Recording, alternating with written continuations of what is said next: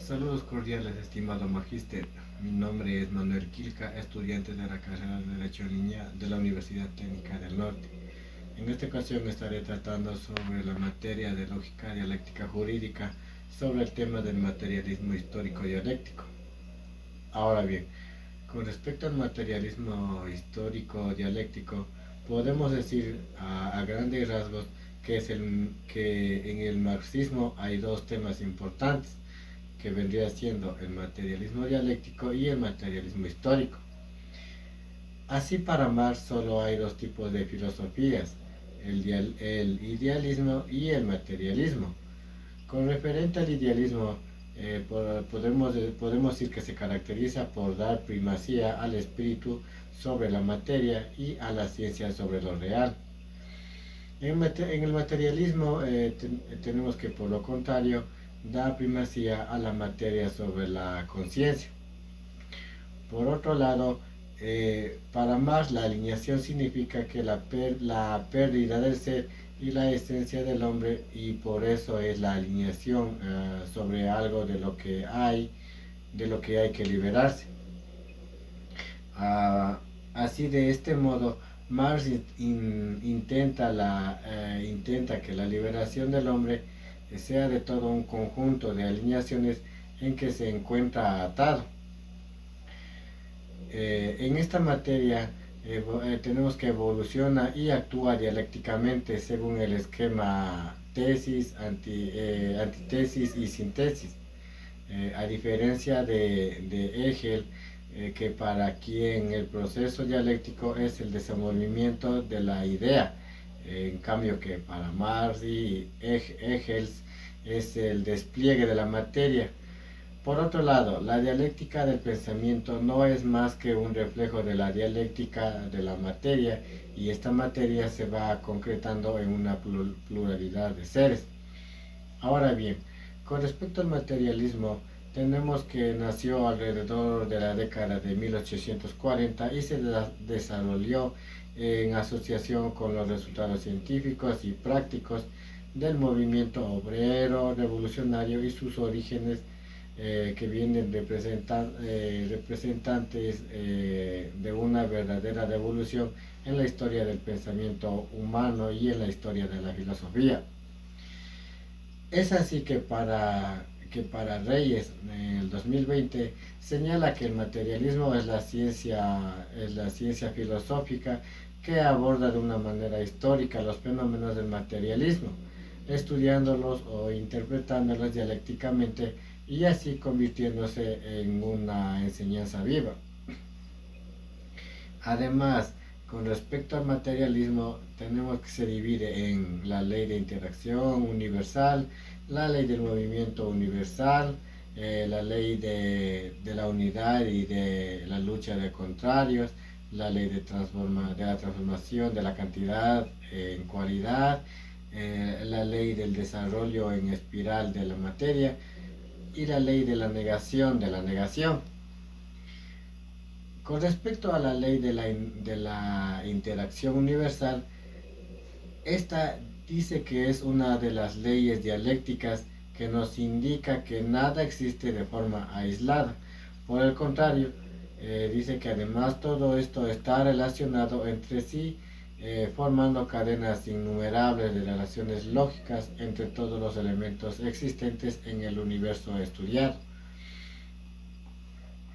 Es así que esta ley podemos decir que es aplicable absolutamente a cualquier rama y escuela del pensamiento. Así podemos ver cómo la gastronomía y las sentencias penales tienen una relación, como se evidenció en la prisión de Alcatraz.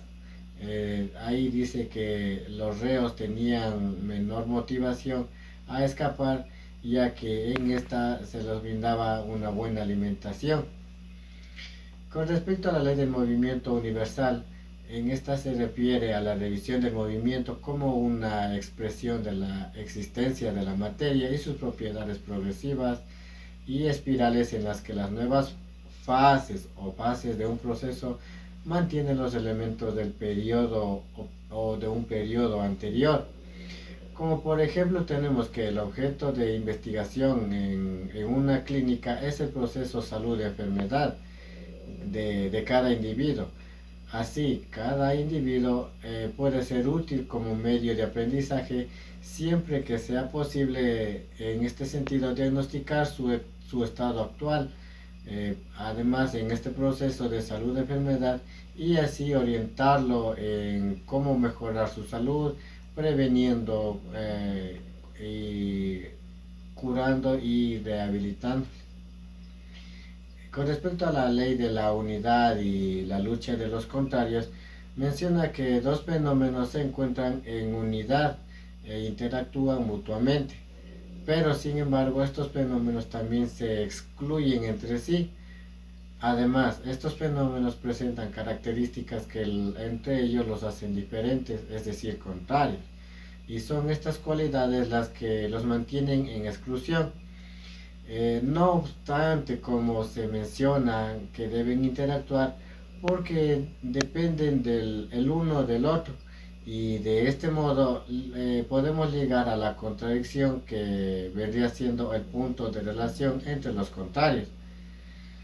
Con respecto a la ley de transformación de la cantidad en cualidad, dice que esta ley hace referencia a los cambios bruscos que sufre la sociedad para su evolución en sí. Además, cuando la sociedad durante un tiempo ya ha acumulado tensiones, llega a un punto que tanta tensión dará para una revolución y este proceso dice que lleva a un cambio brusco en la sociedad, por el cual esto nos explica que el movimiento que sufre la materia, la sociedad, la evolución, la historia, las sociedades y también el pensamiento lleva a un desarrollo, mediante el cual se produce cambios tanto cuantitativos como cualitativos y que la acumulación de los cambios cuantitativos nos conduce necesariamente a cambios cualitativos.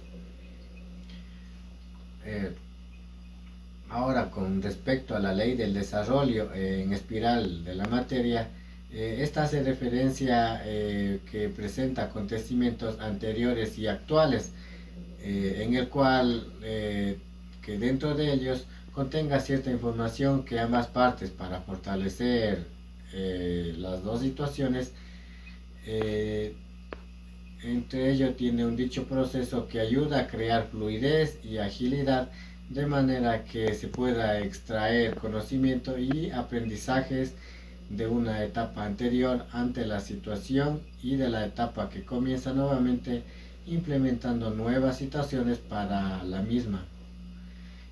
Con respecto a la ley de negación de la negación, esta ley dice que es fundamental en la dialéctica y además fue manifestada por primera vez en el sistema de Hegel, puesto que tiene un carácter progresivo donde produce una cierta sucesión que une lo nuevo con lo viejo y además une una fase superior de desarrollo con una frase inferior. Podemos decir que en cuanto a la dialéctica de la negación, es originada debido a un auto de negación que denota la transformación que hay de un objeto hacia otro. Y de esta manera se abre un camino hacia el desarrollo sucesivo, difundiendo una particularidad que interpreta la negación doble o la que conocemos como la negación de la negación. Con respecto a este tema que es el materialismo histórico dialéctico, tenemos una interrogante en el cual dice que cómo la complejidad puede reinterpretar el pensamiento de Marx para adaptarlo a las circunstancias actuales. Ahora bien, Marx dice que hablaba de la diferencia de la clase social producida porque los medios de producción estaban en manos de unos pocos y que la mayoría no tenía medios, siendo su única fuente el trabajo. Podemos decir que si esto lo llevamos a la actualidad nos daremos cuenta que siguen existiendo dichas clases sociales y que los medios siguen perteneciendo a un grupo privilegiado, mediante el cual podremos decir que la complejidad interpreta la creación de ciertos grupos sociales que tienen como fin luchar contra las desigualdades que existen en algunos países, como por ejemplo Ecuador, Bolivia, Perú, etcétera, en el cual en ocasiones tienen mucho que ver en estos casos la burguesía, como en los siglos pasados, y entonces que podemos decir que fue ahí que se creó el proletariado para luchar contra todas las desigualdades que existen todavía en la actualidad. Eso ha sido todo contra este tema. Espero haya sido de su agrado. Muchas gracias.